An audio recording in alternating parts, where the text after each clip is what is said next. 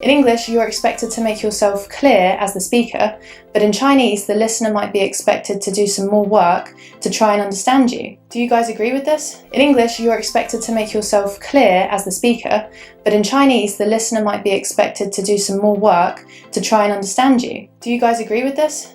I have lots of questions and feelings about it myself. My initial feeling is that there might be some truth to it. So in my own experience, it feels like sometimes I might be explaining something to someone from an Asian country, and there's definitely a moment of clear acknowledgement of understanding, like just a head nod or something. And then I feel that anything I am saying after that point is just unnecessary, and there isn't too much explanation that's needed.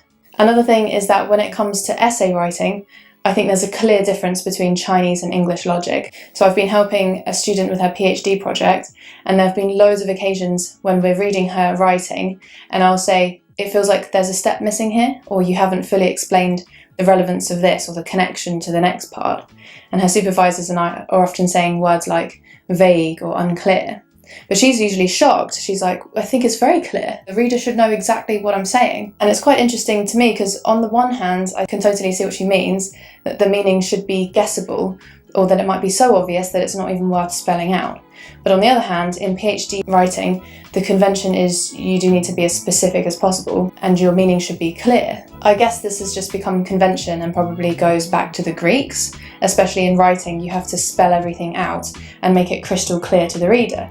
You have to be very scientific and logical about it. Don't miss any steps in your thinking, even if it seems obvious to you. You don't want to leave any room for misinterpretation. So that's how to write well in English anyway, is that someone else from Taiwan told me that they find it easier to read books in English than in Chinese.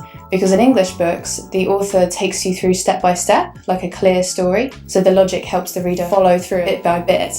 I thought it was quite interesting that they said that.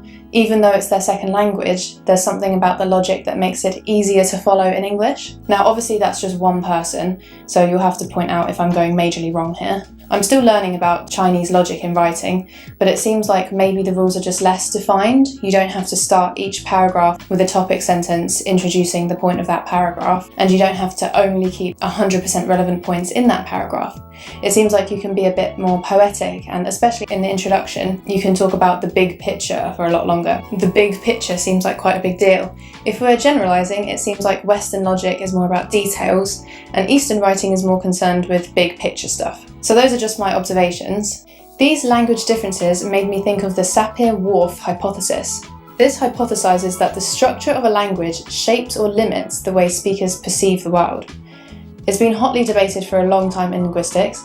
I personally think it's kind of a chicken and egg debate. On the one hand, it's not like you can only think of something if that thing has a word in your language.